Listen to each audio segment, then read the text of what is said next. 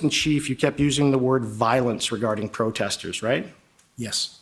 All right. And you've heard the evidence of Superintendent Morris already. You sort of touched on that. And he had stated that the lack of violence in Ottawa during the protest was actually shocking. So I don't recall that statement. All right. So is it fair to say that when you use the phrase violence, you're not actually describing any form of physical assaults, are you?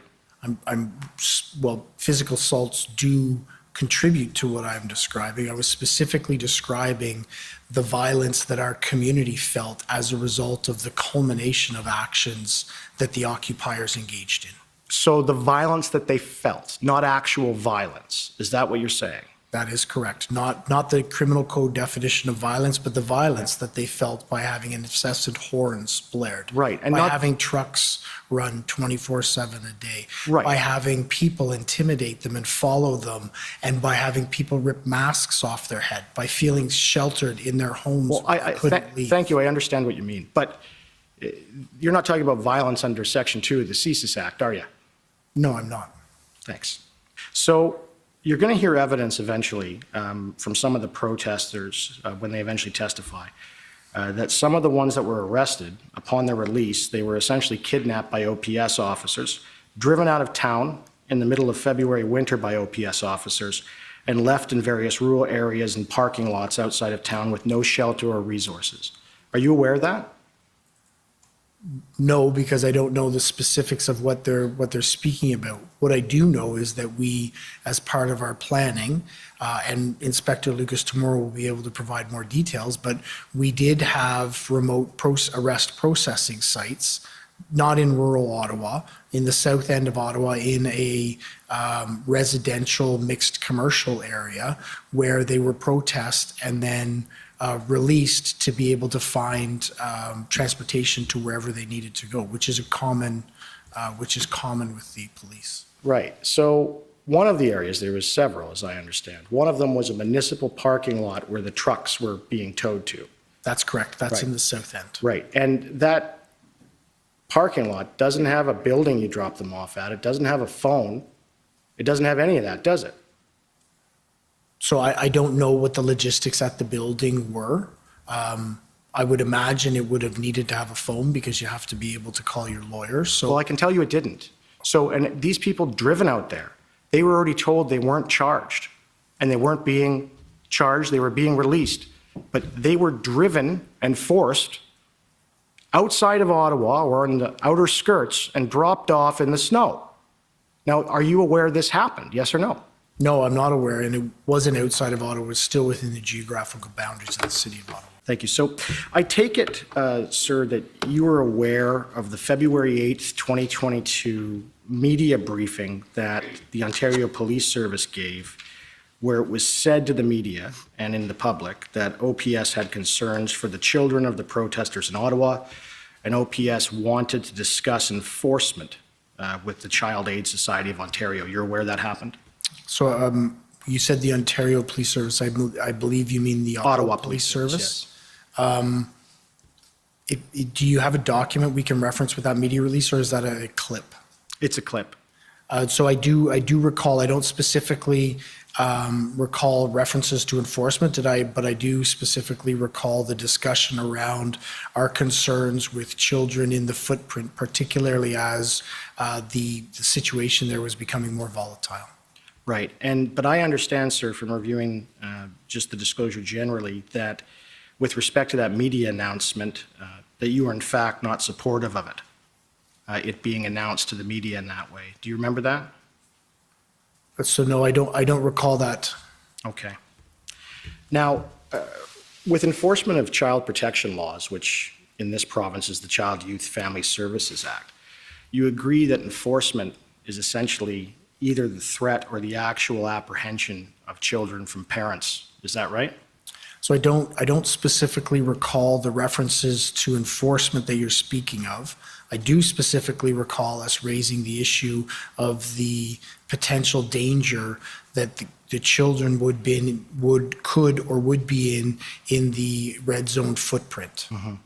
Now, this was, of course, done when Chief Slawley was still chief, and I, of course, will have questions for him in the same regard. But I understand it that you had nothing to do with it, but you now know that it was the firm, the political firm, Navigator, that recommended that such an announcement be made. Do you know that?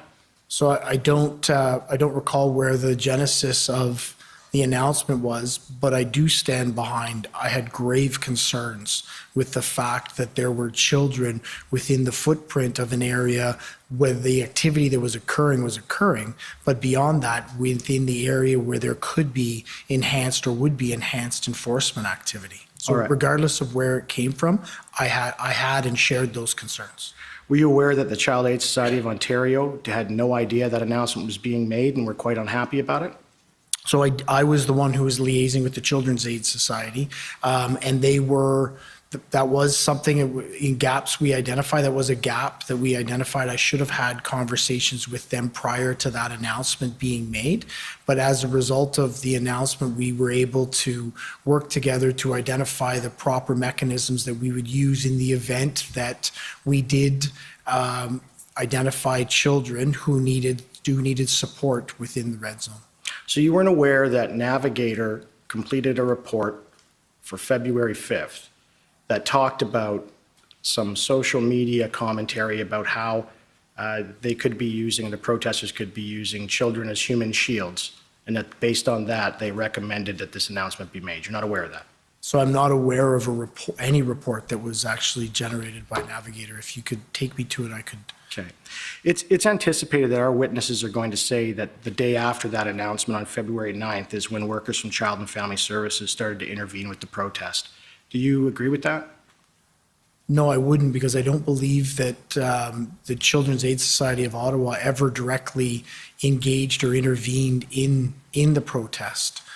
What I do understand is that we set up mechanisms in order to be able to, in the event that there was an enforcement action and children needed to be removed and then reunited with family, we set up the processes that would be put in place for that. But that was at the enforcement stage, as I understand it. You had set up, from my review of the records, an empty gymnasium of some kind to take children to, and then the plan was to give them back to their parents.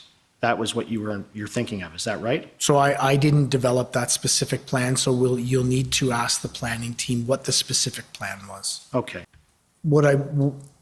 So as I defined violence, it wasn't strictly criminal code violence, and I'm happy to again go through the definition that I was using when I was talking about community violence. This is a part of it. Threats, charges under the criminal code was a part of it, but it was the trauma that the community felt. It was the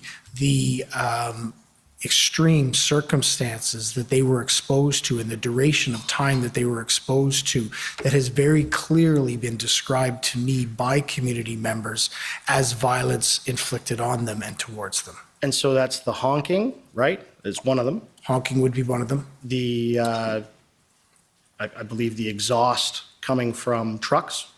But I think it's important you put it in context. It's the honking of large air horns Right. of approximately 300 to 400 to 500 trucks simultaneously for 24 hours a day, 7 days a week. It's not just tooting a little horn. It's the incessant noise pollution that is being inflicted on the people that we were referring to. Right, and we've already heard evidence that as of February 7th, when Mr. Champ and his client, Zexi Lee, obtained an injunction with respect to silencing those horns, things got better.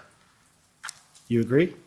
Well, I think they got better for a period of time, yes. Right. But that was on the 7th. That was 9 days, 10 days into the circumstance. Right, and it's also the fact that the trucks that were blocking up downtown Ottawa, in that area, we've heard some evidence that there's about 18,000 people. Is that right? That would be accurate, I believe. And what's the entirety of the population of Ottawa? Just over 1 million. Just over 1 million. So 18,000 residents were the ones being put through the violence as you define it. I don't think the size of the amount of people that were being exposed to it minimizes the trauma that those community members felt and very clearly expressed. On the general population of Ottawa, it was a smaller number, but it doesn't minimize the impact it had on that number of people or that group of people. Thank you.